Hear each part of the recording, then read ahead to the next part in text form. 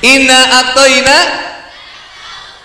Kata sebagian ulama mengatakan sesungguhnya begitu banyak kenikmatan yang sudah Allah kasih sama manusia. Bayangin kalau dalam Quran ada penekanan beberapa kali, artinya suatu penegasan yang amat sangat. Surat apa yang paling banyak pengulangannya salah satunya? Iya, itu yang yang itu. Iya, kamu. Apa surat apa? Gimana pengulangannya? 100.000 rupiah. Ini nih, yang ini udah lezat, jangan kasih yang lezat. Iya, kasih ya.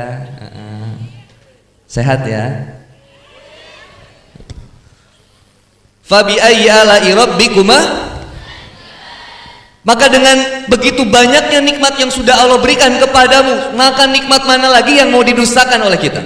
Nikmat melihat, nikmat berjalan, nikmat hidup, nikmat sehat, nikmat iman dan nikmat Islam. Ini begitu banyak kenikmatannya. Maka kemudian bagaimana kemudian kita menjemput nikmat ini dengan senantiasa bersyukur kepada Allah Subhanahu wa taala. Salah satunya dengan apa? Bismillah, aku jadi lebih baik. Hijrah, berpindah dari hijrah ini kan ada dua, ada yang ditinggalkan dan ada yang dituju. Apa yang ditinggalkannya? Kemaksiatan. Apa yang ditujunya? Ketaatan. Maka hijrah mustahil bisa tercapai kalau kita nggak tahu nih apa-apa aja yang harus ditinggalin sama kita.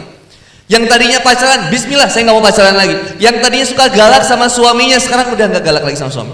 Papa, pokoknya Sherlock WhatsApp 8 jam sehari 3 kali. Ada istri yang gitu. Bunda nggak boleh galak-galak sama suami. Nanti suaminya stres. Kata suami, saya mending ngobrol sama mujair aja lah. Balong, manci, ngurus burung, balik. Stres ngobrol sama istri. Bawel sehari 20.000 kata. Kata ahli psikologi. Kalau laki-laki sehari 8.000 kata. Jadi kalau suami, apalagi kalau suami lagi megang handphone, diajak ngobrol susah. Ayah, besok kamu pergi ya? Aku ini minta uang belanja. Iya, udah gitu. Kalau istri, panjang. Kamu dari mana? Kerja. Udah makan belum? Belum. Mau makan apa? Apa aja. Mau mie enggak? Mau. Mie goreng atau mie rebus? Mie rebus. Mie rebusnya mau pakai telur enggak? Make. Telurnya mau diapain? Dadar, ceplok atau direbus? Direbus. Minumnya mau apa? Teh manis, kopi, air teh, biasa, tawar, susu, baygon, mau apa? Panjang. Tanya ada suami stres, ambil istrinya, masukin ke sumur yang paling angker. Masukin ke sumur paling angker di Magelang, bus masukin. Pulang ke rumah sepi ya tadi. Kok rumah sepi ya? Akhirnya balik lagi ke sumur. Pas mau balik lagi ke sumur, ada jin keluar. Kata jinnya, semua saya ora betah di dalam mas. Ada manusia ribut banget di dalam. Jin aja nggak betah bu. Bismillah, saya harus berubah menjadi lebih baik lagi. Yang tadinya banyak menggunakan kemudian waktunya dengan kemaksiatan, kesia-siaan, maka sekarang mulai untuk menjadi pribadi yang lebih baik lagi.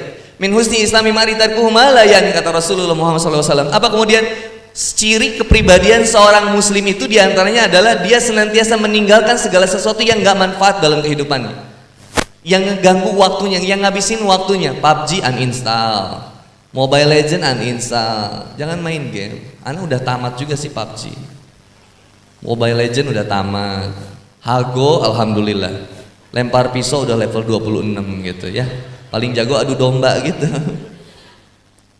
Min husni islami maritarkuhu ma la yani la yajidu mu'min umruhu ila khairan, dan tidaklah bertambah usianya seorang mukmin kecuali bertambah pula nilai-nilai kebaikannya. Maka ketika kita sadari kita punya batasan waktu untuk hidup di dunia ini, dan ketika kita sadari ada sesuatu yang salah dan bermasalah dalam kehidupan kita, maka kemudian kita mulai untuk berpikir, bismillah, saya kayaknya harus hijrah, saya harus berubah menjadi pribadi yang lebih baik lagi. Maka Allah Subhanahu wa taala mengatakan dalam Quran surat An-Nisa ayat 100 dengan kalimat yang begitu indah, "Wa may yuhajir fi sabilillahi yajid fil ardi muragaman katsira wasa." Barang siapa yang berhijrah karena Allah Subhanahu wa taala, dia tinggalkan dunia kemaksiatannya, dia tinggalin dan dia lupain kemudian maksiat yang pernah dia lakuin, untuk senantiasa dia bertobat kepada Allah Subhanahu wa taala, maka Allah akan menjadikan tempat hijrah yang luas di bumi ini dan rezeki yang banyak. Pasti nggak akan sulit kehidupannya. Kalau orang berusaha mendekat kepada Allah, Allah lebih dekat sama kita. Kenapa selama ini kita senantiasa resah, gelisah dan bermasalah? Efek dari kemaksiatan yang terus menerus kita lakukan, kita timbun, itu yang senantiasa mengganggu perasaan kita. Yang diserang apanya? Hati kita, Bunda. Nggak tenang nih. GPRS, gelisah, perasaan bersalah, resah, sedih yang tidak berujung. Doyi konharojan kana mayasadu fis sama. Dadanya sesak lagi sempit seperti mendaki ke langit, resah, gelisah, gundah, gulana, sedih yang tidak berkunjungan karena jauh dari Allah Subhanahu wa taala. Kopi belum datang lagi ya. Biasanya di sini suka ada kopi biasanya. Ada snack gitu. Legedon, apa namanya tadi tuh Pak? Legodon gitu. Legodo. Tapi nggak apa-apa. Saya hanya berharap kepada Allah Subhanahu wa taala. Kata Ibnu Taimiyah, ciri seorang ubudiyah itu, penghamba Allah Subhanahu wa taala itu dia nanamin 3 sikap dalam dirinya. 1, dia tanamkan khauf. Dia tanamin khauf. Apa itu khauf? Rasa takut kepada Allah Subhanahu wa taala. Bunda, saya punya anak. Anak saya namanya Khansa Humairah Khairun Nisa. Khansa ini usianya baru 6 tahun. Dia nanya ke saya, "Papa," kan manggilnya papap ya. Kalau aku manggil istri aku kan mamam gitu ya. Jadi papap sama mamam gitu. "Pap," kata Khansa, "Papap, kenapa aku harus takut sama Allah? Kan Allah baik." Terus aku bilang, ini luar biasa nih pertanyaannya, nggak tahu dapat dari mana juga nih dia kepikiran begini. Ini lagi bulan puasa kemarin, Bunda. Dia nanya, "Kenapa saya harus takut sama Allah, Pap? Kan Allah baik." Logika dia benar. Kalau kita takut sama sesuatu, kita ngejauh nggak deket? Ngejauh. Bunda takut sama kecoa misalkan. Kalau saya bukan takut, segen saya sama kecoa itu ya. Saya menghormati gitu. Jadi kalau kecoa masuk ke rumah, saya keluar rumah gitu. Kalau kecoa masuk ruang TV, saya keluar, mungkin dia pengen nonton. Ini gitu, saya menghargai ya gitu. Hak-hak asasi dari kecoa gitu ya. Kan kecoa tuh banyak-banyak ya Bunda. Ada kecoa yang amatir. Kalau kecoa yang amatir itu kita ngedeket, dia ngejauh. Ada kecoa yang profesional. Kalau kecoa yang profesional ini kita ngedeket, dia ngedeket juga. Gitu. Kayak ada alarm gitu. Nah, kecoa yang ketiga ini intermediate, levelnya paling tinggi. Pro banget. Jadi kecoanya nggak ada, tapi suaranya ada. Nah itu tuh, bisa terbang gitu tuh. Suka jadi ini ya Parno juga jadi deh. Nggak ada lah insya Allah ya. Kalau takut sama sesuatu, ngejauh kita. Takut sama kunti. Kunti itu apa? Kuntilanak kan ya kunti. Takut sama kunti. Teteh ngejauh atau ngedeket? Deketin.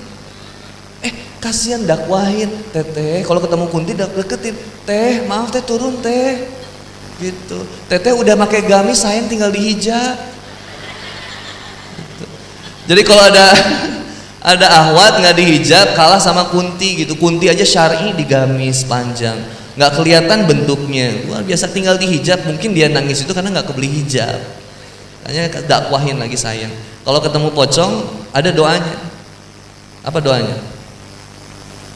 "Allahumma barik lana fima rojaktana wa qina azabannar." Insya Allah itu langsung hilang gitu. Seumur hidup di Magelang hidup saya jadi pocong katanya gitu. Cuman di sini saya akan dimakan sama manusia. Kalau takut sama sesuatu, ngejauh kita ini. Tapi kata Ibnu Taimiyah rahimahullah mengatakan salah satu sikap kepribadian seorang hamba adalah dia menanamkan nilai-nilai khauf dalam dirinya. Kemudian Khansa nanya, "Kenapa saya harus takut sama Allah? Kan Allah baik." Kata Kang Boni, saking baiknya Allah kita takut mengecewakan Allah Subhanahu wa taala. Apa sih yang enggak dari Allah Subhanahu wa taala yang diberikan kepada kita? Waktu dikasih, rezeki dikasih. Enggak pernah sholat, rezekinya masih dikasih. Enggak pernah sholat, oksigennya masih dikasih. Terus bermaksiat, Allah masih kasih rezeki. Tapi kenapa kemudian kita yang senantiasa menjauh dari Allah Subhanahu wa taala? Allah enggak pernah ninggalin kita, cuman kita yang sering ninggalin Allah Subhanahu wa taala. Allah enggak pernah ngelupain kita, cuman kita yang sering ngelupain sama Allah Subhanahu wa taala. Allah nggak pernah bosan mendengar doa kita, cuman kita yang bosan berdoa kepada Allah Subhanahu wa taala. Assalamualaikum, assalamualaikum, ambil sejadah pulang. Allah seneng banget ketika dipinta sama kita. Tapi kita kayak nggak punya waktu buat begitu. Kenapa? Karena nggak ada rasa cinta sama Allah, nggak ada rasa takut sama Allah. Bayangin, saking bermaksiatnya. Dulu Kang Boni "Oh Ustadz, Pak Kiai, saya ini udah maksiat dari dulu Pak Kiai, apakah dosa saya masih bisa diampuni?" Datang seorang pezina, "Saya masih bermaksiat Pak Kiai, apakah saya masih diampuni?" Datang seorang pembunuh, "Pak Kiai, saya pernah ngebunuh manusia, apakah dosa saya diampuni?" Kata Pak Kiai, "Sebesar apapun dosamu, lebih besar ampunan dari Allah Subhanahu wa taala."